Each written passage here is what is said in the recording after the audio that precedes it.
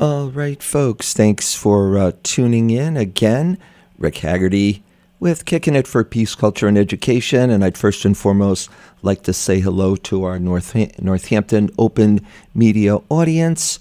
Welcome to everyone there. Thank you to Al Williams and Dave and all the folks that help get our shows on the air. Kicking It for Peace, Culture, and Education airs at Valley Free Radio each Sunday morning from 8 to 10 a.m., and it replays Tuesday nights at 11 p.m. And I want to say welcome to our guest this morning. It's so happy to have you with us. This is Dr. Sharon Saline, clinical psychologist, and we're discussing today the topic of suicide prevention. How are you? I'm good, Rick. Thank you so much for having me. Yeah, it's really great to have you here. And why don't we dig right in. And again, I want to remind folks the National Suicide Prevention Lifeline is 1-800-273-8255, 1-800-273-8255, or you can simply call 911 if you're struggling with suicide or suicidal thoughts. So maybe that really brings us to the topic of really knowing someone who might have made a suicidal thought or had a suicidal gesture. I mean, it's kind of scary, and a lot of us don't know what to do. It is very scary. I think we should take a step back and realize that there are a range of self-harming behaviors. So in girls and women, particularly adolescent girls, we may see self-harming in terms of cutting, which is not necessarily a suicidal ideation. But for me, when I think about suicide, I think about the whole category of self-harm. So whether that's cutting or substance use or other kinds of risky behaviors without appropriate precautions, that's something that we want to pay attention to. So those non-suicidal, self-injurious behaviors. Right. I guess called the NSSIs. NSSIs. Right. And yeah. I think the statistics are very high, particularly for girls who are depressed or anxious or have ADHD because of the impulsivity. When people self-harm, they usually do that because it relieves the pain that they're feeling.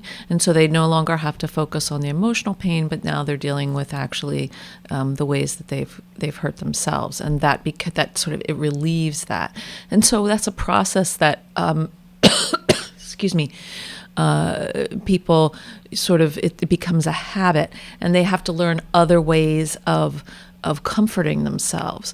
And that's true for drinking or smoking weed or any other kinds of substance use. You're using that as a way to sort of soothe yourself, mollify any intense emotions that you're having, rather than develop more effective and healthy coping strategies. So what you're saying is, in essence, the NSSIs?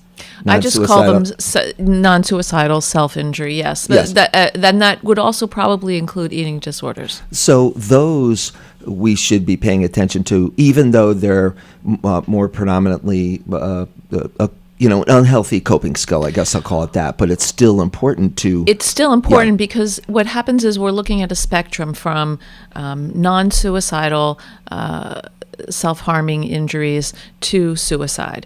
And so we start, it's a whole spectrum here, and it starts with something that's not as quote unquote serious to something that's obviously deadly. And so we want to start to pay attention when kids are showing us signals, or adults are showing signals that they're hurting or they're engaging in these behaviors that are clearly not good for themselves. And when we were parents of young adults, this is a particularly tricky time, because young adults are in the process appropriately of separating and finding their independence, and often they don't want to listen to or hear the observations or feedback from their parents. They may be more open to hearing it from their friends, but then there's a culture of secrecy among teens and young adults where they don't want to share stuff with adults and parents or educators or mentors or coaches, because they don't want to, quote unquote, rat or inform on the person who is really struggling. Yeah, that's kind of a tightrope, as a parent, where you're not wanting to be one of those helicopter parents, too over involved. And let's face it, I mean, adolescent runs from the early teens all the way to close to 30 almost, or even. Well, the frontal lobes, the brain develops from the back to the front, and the back of the brain is the physiological brain, and that develops first, and that's we come out with that fully intact because it has to do with heart rate and breathing and basic bodily functions in terms of staying alive. The middle of the brain is the emotional brain, and the front of the brain is often called the thinking brain, and these can often be called the reptilian brain, the mammalian brain, and the human brain. And this thinking brain, what exists behind our forehead, our prefrontal cortex, which is the seat of executive functioning skills, actually runs the whole brain. It's the director of the brain, so to speak. And it becomes fully connected to the rest of the brain around the age of 25. Okay. And in neurotypical kids or young adults, I guess, and in adults with ADHD, sometimes autism, or learning disabilities, there's a delay. And particularly the research has found that there's a delay of about 3 years in people living with ADHD. So their frontal cortex really comes into play around age 28. So it's a very long adolescence. And if you live in this culture and you go to college or you do post high school studies, that in some ways prolongs your adolescence because you're not often living in a world where you're responsible for your rent and your food and your health insurance and other kinds of more what we would call adult responsibilities. Okay. Now, the warning signs, we talked a little bit about either superficial sorts of things or, actually, statements as I started off, if someone expresses statements. But apparently there are more subtle warning signs, such as maybe being agitated, anxious, and irritable, along with extreme sensitivity or strong reactions to criticism, withdrawing from friends, but maybe not all the time. So that sort of, that's the thing. It can be very, very subtle. It can be very subtle. And again, it's cumulative. So it's okay to, spend some time alone. It's worrisome if you're spending a lot of time alone. It's okay to, occasionally, if you're over 21, have a drink socially. But if you are doing these things before you're 21, if you're not in moderation, then we start to get alarmed. If you're spending a lot of time in your room, gaming, and not a lot of time actually interacting face to face with people, that's a concern. Now, the other part, now that you mentioned it, kind of substance abuse, I know that at least with some self-disclosure here, which I think is appropriate. In my son's case, he was post-op to a gallbladder removal and went from being having struggles as an adolescent with a musical career, but also being very committed to healthy coping through exercise and, diet and all that, to being very sedentary and, using alcohol to cope. And that was the real beginning of the tragedy. So I've heard from folks in the field that alcohol can, for people with depression or other serious problems, rob an individual of hope. And enhance hopelessness. Of course, because alcohol is a depressant. And so what happens is the more you drink, the worse you feel, and the more you feel like you need to drink because you're feeling bad. So you think you'll have a drink, which will, relax you, but actually it exacerbates the depressive and sometimes anxious feelings. Post-surgery, people are also at risk for abusing prescribed medications such as Vicodin or oxycodone. And so we have to be careful. Percocets. how those medications are dispensed. A lot of people post-surgery can develop a dependency on these things. But I think the thing that we want to look for is, what are people using to cope? If he was using, alcohol, it's sad that he wasn't able to sort of shift into a different kind of exercise that may have been easier for his body while he was in the process of healing, rather than drinking. Now, I want to move on to the talking about a person who, has either exhibited something that we've noticed or said something that has concerned us.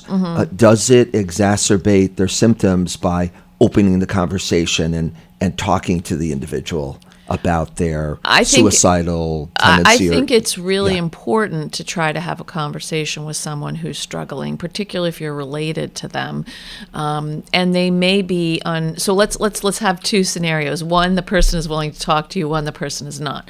So if the person is willing to talk to you, then what's going to happen is they're going to share these feelings with you, and they may or may not be open to getting help.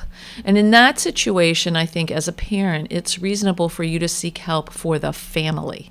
And so when you take a family perspective, this perspective means, if you're struggling, we as a family are struggling. And so we want to be as helpful to you as we can. So we're going to try to seek some assistance, unless that person is willing to see someone themselves. And a lot of people are. They'll talk to you. I think one of the challenges for a young person is that it's quite overwhelming to find someone. If you think about how it would be for you today, any of listeners who are feeling pretty much good about themselves, and I would say, okay, can you please go find a therapist? The questions go through your head: when, how, where, who. It's overwhelming. And if you add to that whatever distress a young person is in, those tasks become insurmountable. And so you have to help kids, even adults, young adults, find someone and understand that finding a therapist is a process. You have to sometimes meet with more than one person, because the first person may not be someone that you actually connect with. So we want to help kids understand that it's a process, and you're going to assist them. You're going to do some weeding out. You're going to call a few people. This is perfectly appropriate for you as a parent of a depressed or very anxious or self-harming young adult. They may not want your intervention, but if it depends how you pose it. When you're struggling, we're struggling as a family. I want to help you. It's a lot to take on, finding a therapist. Let's see how we could work together. Absolutely. And I do want to just in a moment go to the kind of the stigma and the shame associated with those types of thoughts. But first, I just want to say this is WXOJ 103.3 FM Northampton, Valley Free Radio, streaming online at valleyfreeradio.org. And if you just tuned in, we're speaking with Dr. Sharon Saline, clinical psychologist. We're discussing the topic of suicide prevention. And I want to remind folks that the National Suicide Prevention Lifeline is as follows: 1-800-273-8255, 1-800-273-8255, or you can simply call 911. And thank you to everyone for tuning in this morning to this important conversation. So what about the... Well, I just wanted to go back, Rick, because I talked about if a child will share things with you. Yes. But if a child or a friend won't talk to you, and you see them struggling, then that's a different path. And that path has to do with you expressing your concern, which is appropriate in the first case as well, that you see them doing these behaviors, and these behaviors are indicating that there's stuff going on for them. And when people are engaging in behaviors that are showing us that they're struggling internally, we have to help them understand that actually those behaviors are not useful coping skills. They're not effective. And we want to help them find more effective coping skills rather than making them feel bad about what their choices are. And so in cases where someone won't talk to you, I also think it's important to say, I'm concerned. If you don't want to talk to me, that's fine. Here's what I see as some of the options. I can help you find someone you do want to talk to, or I'll go with you to talk to someone together, because I'm concerned enough about you that I feel like Engage, yeah. we have to get help. So you Right. actually need to, in both cases, engage in some way. You mentioned earlier about helicopter parents. I mean, we're in a whole generation now. We have snowplow parents even. So I think that the thing that we want to just say to parents is, it's the difference between fixing it for them and opening a doorway so they can actually engage in a process of healing themselves. You want to do the latter. You want to open the door and help them walk into a place where they can work on healing themselves, and you'll be comforted knowing that that's what's going on for them. Absolutely. I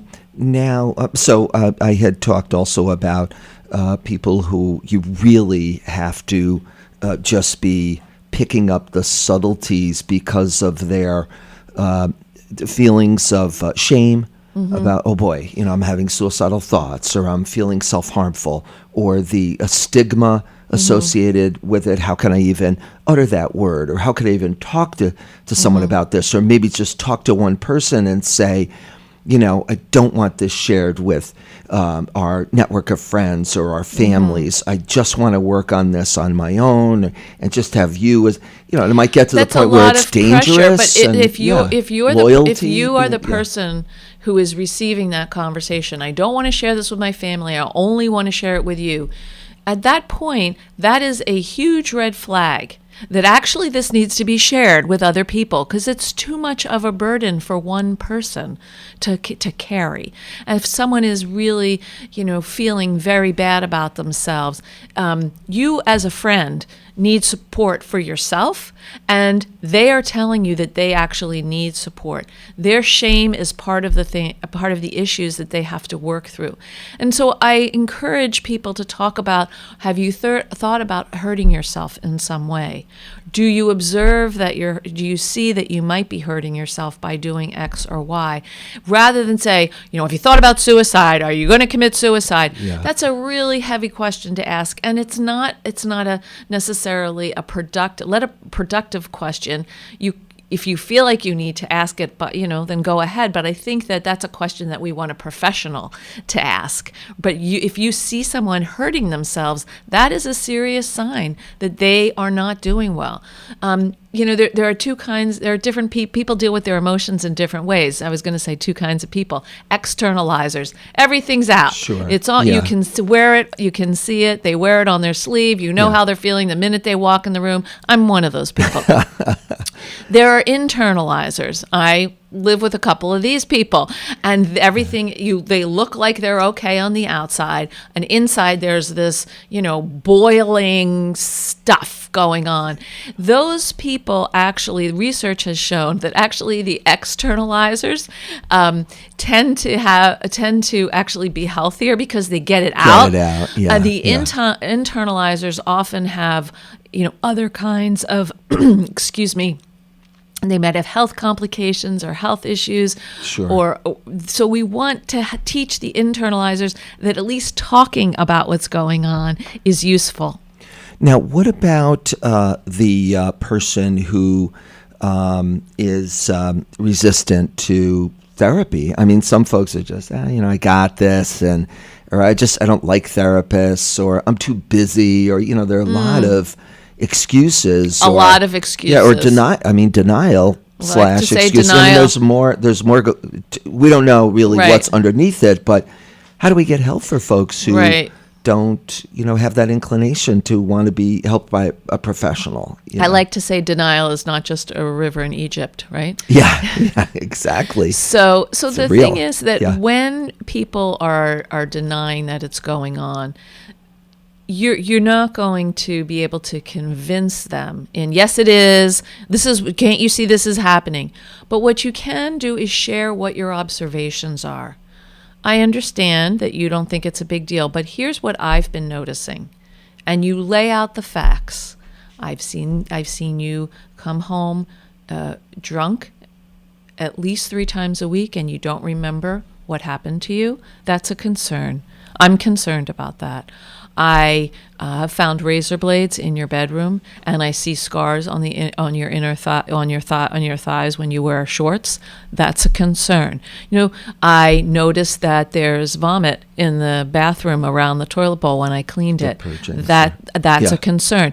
So you state the facts as neutrally as you can, and you continue to say, because of my level of concern, I would like us to go see your physician. That's always a good place to start, because people are willing to talk to their doctors rather than go right to see a therapist. Yeah. And I want to come with you because I love you. I care about you. This is hard stuff to talk about, Sure. And I think I might mention that line again, because we might even share the National Suicide Prevention Lifeline if, it were important at that moment. 1-800-273-8255, National Suicide Prevention Lifeline, 1-800-273-8255, or simply call 911. And so it can be difficult knowing what to do with the answers that we get to those questions. Of course. Especially if a person won't go and, Right. You're like, okay, thanks for telling me. So I think what do I do now? Well, at some but level, the caring, I think the concern, the love. I mean, that's something I've, as a parent, always kind of reached to the heart to communication. To help. well, To being, making it clear that you're there and you're always there, and those sorts of unconditional sort of course, feelings, open feelings, and of course, Yeah. I think that at some point, you do what you can, and then you can't do anymore. And I think that's really, an impossible situation for a parent, to see your child really struggling and unwilling to change their behaviors. I actually just recently watched this movie, Ben is Back, which I'm proud to say my cousin was the editor on that film. And excuse me, I have a little frog in my throat. It's about a mom and a son who is a drug addict. And it's a very intense movie. But I think it's a very real portrayal of what it's like to parent a child who is engaging in very serious self-harming behavior. Very serious. Interesting. Ben is back. Ben is back. And it stars Julia Roberts and Lucas Hedges, and it's a film, so it has cinematic qualities to it, but the emotions, the struggle, the difficulty of having a child who's a drug addict, of what it was like for him to live with, being responsible for turning someone else onto drugs who died. Really, it was very intense, and I think important for people to see this woman who will not give up on her son. She will not, and she has to set very clear boundaries, and he still struggles. Well, let's talk about how folks, before we go on, and Yes. before we forget, how to contact you and what your contact information is. So because, while I am not, I don't consider myself a suicide expert. I'm a clinical psychologist. I've been in practice for almost 30 years working with kids of all ages, young adults, families, mostly who are living with ADHD and what we call coexisting conditions. So, of course, any mental health condition is a coexisting condition, whether it's depression or suicidal ideation or self-harming or anxiety or learning disabilities, sometimes even autism spectrum disorders, about 25% of the time. So I spend time working with families and parents and adults who are living with these challenges. And I've recently written a book called What Your ADHD Child Wishes You Knew, working together to empower kids for success in school and life. You can find out more about me and my work. There's lots of free videos and handouts on my website, www.drsharonceline.com. And please like me on Facebook. That's where I post a lot of links to articles about general psychology, as well as living healthfully, that you can click and read for yourself. Right. drsaline.com, DRSALIN as in Nancy E.com. Yes. Don't make the mistake I did and put an M in there. And then set you the No, wrong you have to information. think saline like the salt solution. Yes, absolutely. All right. So we have a few more minutes, a little bit more time. Well, I brought up ADHD because obviously that's your field. And I know that, given that this is suicide is it's now, I think, the leading cause of death for girls between the ages of 15 and 19 worldwide, outranking accidents, illnesses, and complications from pregnancy. 13 to 14, 45% of adolescents engage in some form of self-harming behavior. Mm-hmm. So it's very, it peaks in adolescence and young adulthood, particularly common among young women. So it's very, prevalent. And also, it's not just about, so ADHD is a part of it and not just about, depression and anxiety and bipolar disorder and other. Well, yes, although they can be comorbid conditions. But the reason that suicide and self-harm are so high in adolescence is remember when I talked about the brain. Yes. So in adolescence, the emotional brain, it rules the show a little bit more than we would like. And because the thinking brain is just really getting on board. And by the time someone's about 18, the brain is about 80% developed. These frontal lobes are about 80% developed. So that leaves a lot of 20% is a lot to still kind of connect. Yeah. And so what we're talking about is that the emotional brain is intense feelings are so strong, big feelings, are so strong and intense that kids are flooded. And their thinking brain, which is that prefrontal cortex that tells our bodies to, is responsible for things like all of the executive functioning skills, such as impulse control, emotional control, planning, prioritizing, organizing, time management, et cetera, that those are flooded with the emotion. And so in order to get someone back into their what we call their thinking brain, we have to engage them really in conversation, in language. We have to talk. That's why sometimes people will say they have to be talked down, right? Because we have to breathe. We have to really take our amygdala, which is that fight or flight organ in our emotional brain, and put it back where it needs to be, because otherwise it puffs up and it takes over. How we're acting and thinking. That's why when someone's distressed or upset, it's very difficult to talk, quote unquote, rationally to them, because that part of the brain is in Bermuda. We need to get it back online, and the way we're going to do that is through calming the amygdala. And it takes about 12 to 15 minutes for that for the amygdala to really settle down once it's quite activated. And so what we have to do is some breathing, language, music. We need to help kids figure out what's in their calming toolbox. And I have kids I work with, we make a list, we put it in the kitchen, we put it in the bedroom, we put it on the phone of the 5 things they're going to do when they feel bad. And particularly kids who are self-harming. What else are you going to do? Parents will take away the razor blades, but then we have, we'll get skin picking or other, unpleasant kinds of coping. I have to agree with that. Just as a 5th grade teacher in an inclusion classroom, I'm the special education teacher. I get tasked with the kids who knock over a stool or throw a chair to kind of help them go outside, into either another room or the hallway. And I walk them through this, this protocol, like what happened and what were you feeling and how do you think your behaviors impacted others, and what other ways could you have dealt with this? And did you try deep breathing? Did you try counting backwards?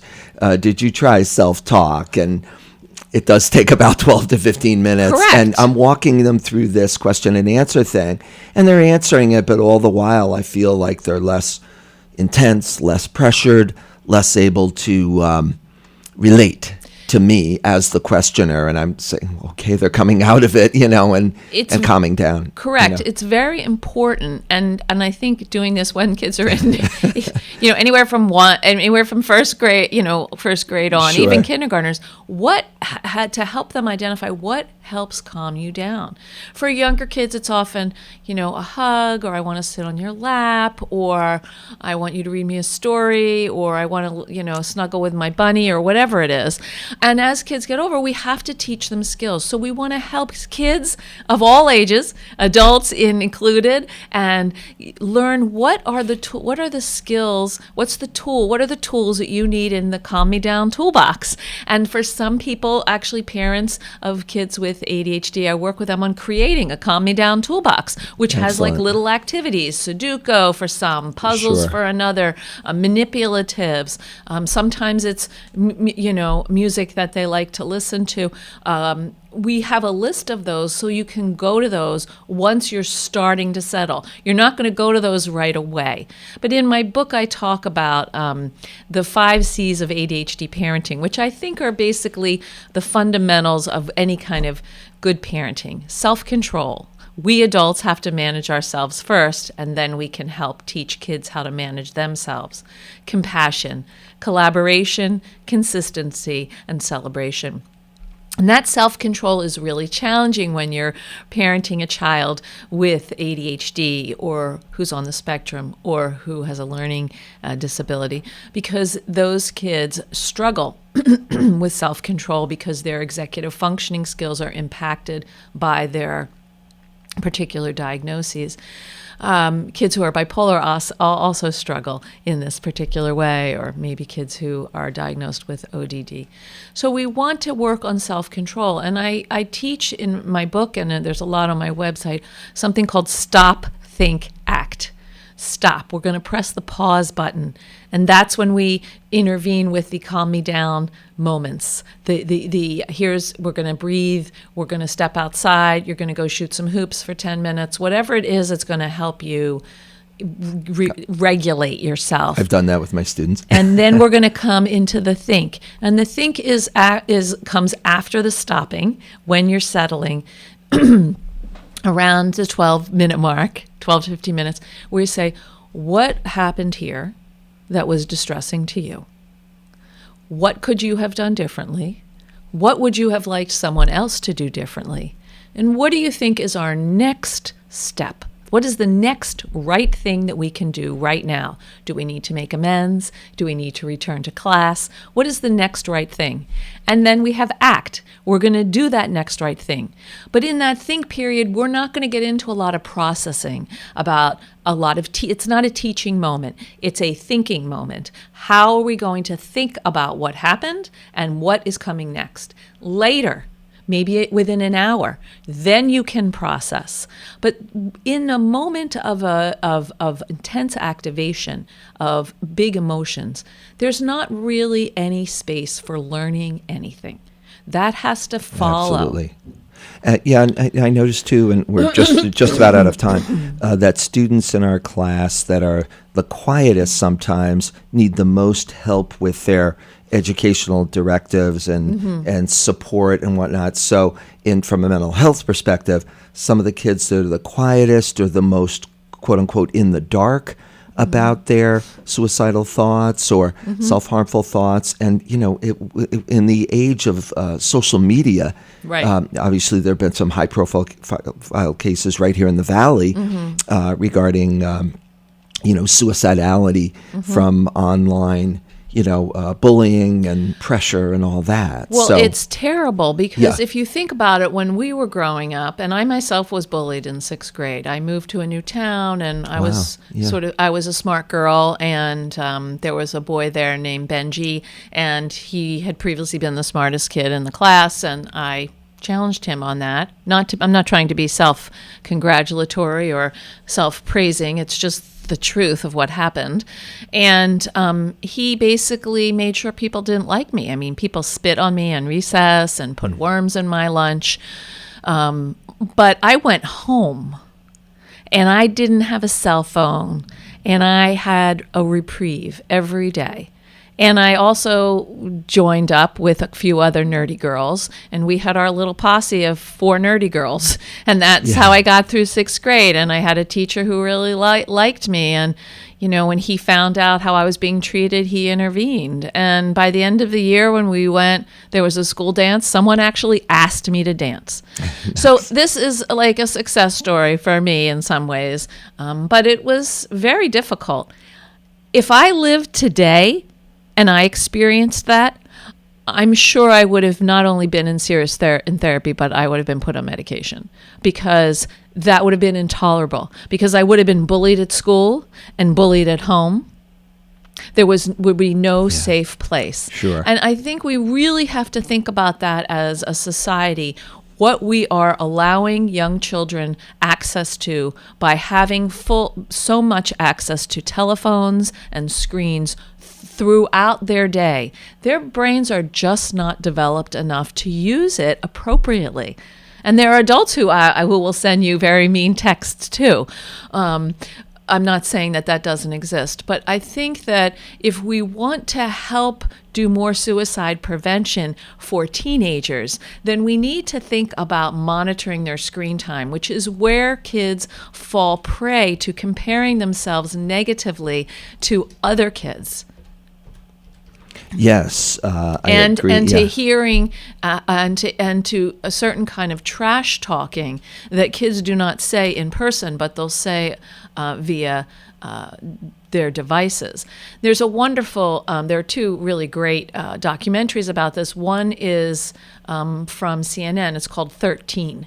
And it's a few years old, from Anderson Cooper, and it's really terrific. And it shows what is happening in the lives of young 13-year-olds that adults their parents have no idea. Absolutely. And then there's another one with Diane Sawyer that came out a little more recently. I think it's called Screen Time or Screen something. So I could look that up and at our break and get back to everyone. But we want to help people with that, because when you feel bad about yourself and you go on Facebook or you go on Instagram, are you going to feel better about yourself by seeing everyone else's posts of their perfect, happy lives? I don't think so. Not really. Sure. Well, I do want to say we're actually out of time. But I do want to say folks can contact Dr. Saline at drsaline.com, drsaline.com, and the American Foundation for Suicide Prevention is at afsp. Well, I was at the donor page, so afsp.donordrive.com, but that's the American Foundation for Suicide Prevention. And, you know, I was involved in the Walk for Darkness down in Agawam. It was fantastic. I ran into people in the field of education that had lost loved ones, and I didn't even know it was through suicide. And one person that I didn't even know at all, but was connected with a lot of people that I knew. So, that's a great walk. And also the National Suicide Prevention Lifeline, again, is 1-800-273-8255, 273-8255, or call 911. And thank you for being my guest today. And closing thoughts. Yes, I wanted to say that if you know someone who is self-harming, if you know someone who is engaging in behaviors that you think are indicating suicidality, and you don't know what to do, seek help yourself, because this is too much for you to handle on your own. Talk to someone, talk to a counselor at school. Your physician. Talk to your physician. Talk to a coach, someone who you trust. Don't carry this by yourself. And if you're an adult, I really want to just underline this. Please talk to someone so you can get some guidance on how you can help this person and manage yourself as well. Thank you so much. And thank you to Northampton Open Media, Al Williams and Dave and the other folks there. Thank you so much for having us on Northampton Open Media. And we've been speaking with Dr. Sharon Saline, clinical psychologist, discussing the topic of suicide prevention.